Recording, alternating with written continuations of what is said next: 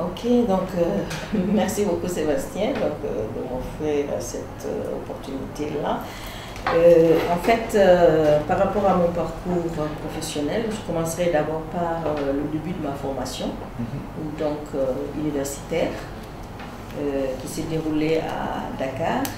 Au courant donc de cette formation, vraiment, j'ai acquis des outils donc, pour aider les communautés donc, à pouvoir se prendre en charge, à pouvoir élaborer leur propre plan de développement. Parce que, comme je vous l'ai dit, je suis ingénieur de l'aménagement du territoire avec une option socio-économique. Donc, au courant donc, de cette formation, par rapport au stage que j'ai eu à effectuer, donc la FAO m'avait affecté dans la région de Tawa, qui est une région donc, du Niger qui est assez pauvre, et précisément dans le village de Keita, où la sécheresse de 1984 avait frappé durement, et tous les bras valides étaient partis, il ne restait que des femmes et des enfants, donc des groupes vulnérables, donc qui ont aidé le projet à initier les activités de récupération de terre. Et donc, en guise vraiment de remerciement vis-à-vis de ces femmes qui ont récupéré des terres donc, qui sont destinées à des productions agricoles, puisqu'elles ne sont pas les propriétaires de ces terres. Les hommes vont revenir récupérer ces terres et finalement, il n'y a rien qui va rester à ces pauvres femmes-là qui ont contribué. Alors, il fallait imaginer des activités, des mesures d'accompagnement pour permettre à ces femmes, par la suite aussi, de gagner quelque chose des retombées du projet. Ça, c'était votre première expérience de coopérante. Ma vraie expérience, vraiment, parce que je sortais de l'école et je devais appliquer quelque chose sur le terrain. Donc, allier la théorie à la pratique. Et donc, au vu des résultats, je me suis vraiment, j'étais enthousiasmée par rapport d'abord aux résultats qu'on a obtenus et ensuite maintenant, progressivement, je me suis dit, bon, je vais me spécialiser par rapport à ce qui est organisation communautaire de base. Donc, pour toucher à un problème de développement, il faut déjà partir de la base, c'est-à-dire connaître la problématique, le contexte de la population et ensuite pouvoir les appuyer. J'ai encore été sollicité par la coopération technique allemande, la GTZ, donc également pour m'occuper d'un volet qui est un volet, si je peux l'appeler, spécial dans le jargon de développement parce que c'était sur l'économie rurale. Là aussi, j'ai eu un temps, 4 ans, pour la mise en œuvre. Là également, le projet était arrivé à terme, mais avec un très bon résultat parce que actuellement, tout ce que vous voyez entrer au niveau de Niamey comme charrette chargée de paille, ça c'était des actions qu'on avait introduites, puisque avant la paille était laissée sur les champs, mais on a organisé les gens pour leur montrer que même si la pluviométrie est déficitaire dans votre zone, vous avez quand même des ressources qui peuvent, voilà, des produits qui peuvent vous générer des ressources financières. Donc on a commencé à leur montrer qu'ils peuvent d'abord collecter cette paille-là et aller l'écouler sur les endroits où il n'y a pas eu assez de paille et en retour faire leur stock de céréales. En échange. En échange. Voilà. Donc j'ai été approchée par le coordonnateur de Suisse Aid, Al-Mustafa, voilà, qui a sollicité dans un premier temps d'avoir mon CV. C'est par la suite on avait discuté et il parlait du fait que je pense au niveau de Suisse Aid, il devait mettre en place une sorte de comité de pilotage pour les appuyer, une sorte d'appui conseil pour les activités qui sont en train de mener. Et donc là, j'ai eu un petit entretien avec lui, au cours duquel d'ailleurs je lui ai manifesté vraiment mon accord à pouvoir appuyer parce que ça rentre vraiment dans la droite ligne de ce que je suis en train de faire. chaque fois qu'il y a une réunion du LAB qui est convoquée, donc quand je suis présente, que je suis disponible également, donc je participe. Et même si je ne peux pas participer physiquement, si les documents me sont envoyés, donc on lit et puis on fait les feedbacks. Et on essaie d'orienter un peu les choses. Ici, on a aussi des informations parce que on partage également, je pense, à une même zone d'intervention, qui est la région de Dosso, notamment à Kaya et puis Harkanasu, je sais plus encore d'autres villages. Et donc, parallèlement, si on a également des informations, on essaie d'informer les membres du LAB, d'informer le bureau de coordination.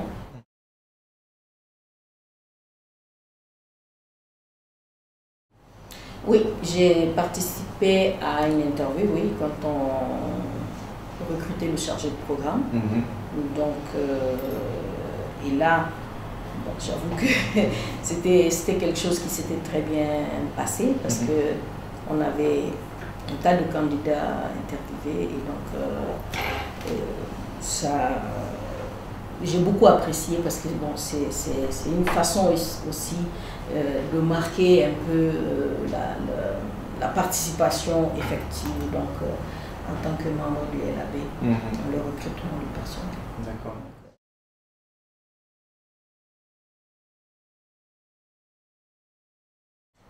Je dirais que dans un premier temps, le partage de l'information à tous les niveaux est vraiment quelque chose c'est-à-dire c'est un point positif dans le processus, aussi bien au niveau de ma structure ici que d'une autre structure. Je suis à mesure de dire mais attention, il y a SwissAid qui intervient dans telle zone et qui fait la même activité.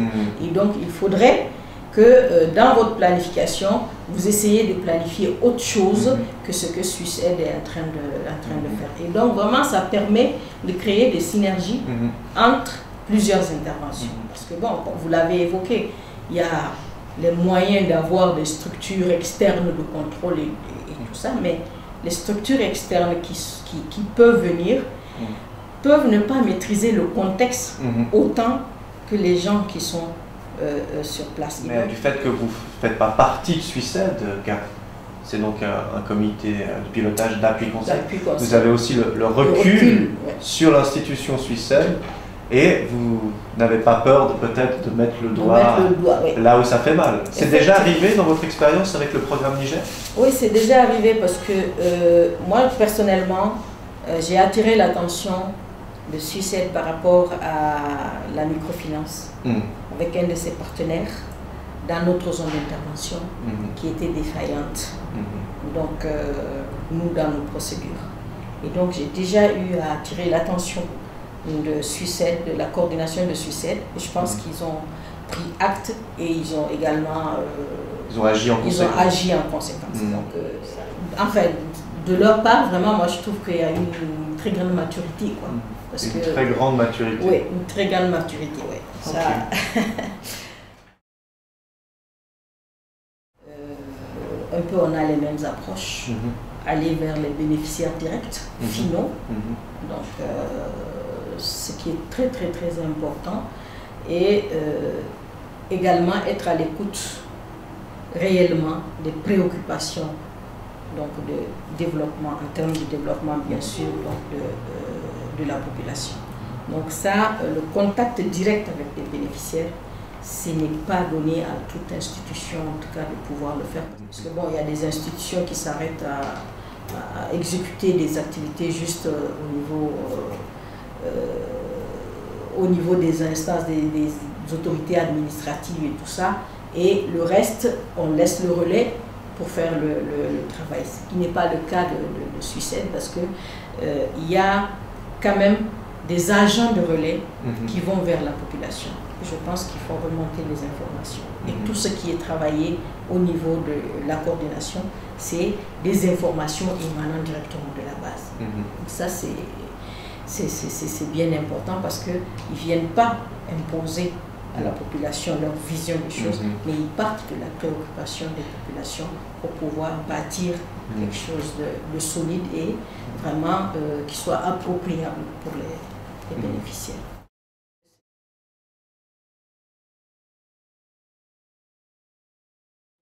Je pense que c'est une très très bonne approche parce que ça permet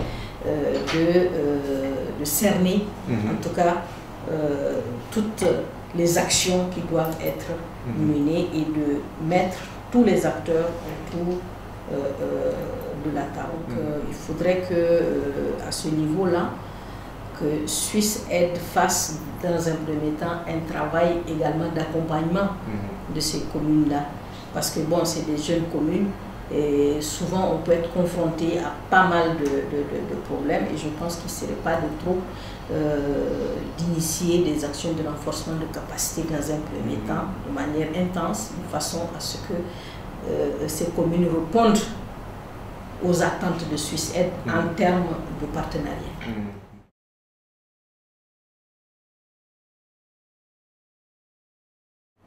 Le grand travail que nous faisons, c'est plus la réduction de la pénibilité de travail pour les femmes. On fait la réaménagement des puits pour que les femmes puissent avoir moins de problèmes dans la recherche de l'eau, parce que souvent c'est des puits à des profondeurs vraiment très très élevées. Plusieurs dizaines de mètres. Voilà, et donc c'est un peu difficile de tirer. D'abord on perd du temps et puis il faut de la force pour tirer. Donc on essaye d'aménager un peu les pompes là, sur les puits. Également on agit sur la pénibilité des travaux domestiques, c'est-à-dire la transformation des céréales. Le pilage. Le pilage, voilà, où ça prend des heures et des heures pour la femme, parce que si vous regardez le calendrier journalier de la femme, elle est très occupée, donc à une période ou une autre, en tout cas, ça lui prend beaucoup plus de temps, et donc ce qui ne lui permet pas de faire autre chose que ça tous les jours. Donc, et là, on introduit la machinerie, c'est-à-dire le moulin, qui va de la dessonneuse à la farineuse, pour permettre vraiment de dégager du temps à la femme pour entreprendre. D'autres activités. D'autres activités, mais économiques, génératrices de revenus. Et donc, également, nous leur facilitons l'accès aux moyens de production, c'est-à-dire que nous avons apporté un appui, c'est-à-dire des lignes de crédit au niveau de certaines institutions de microfinance pour leur permettre d'accéder à la ressource et de pouvoir financer leurs micro-projets.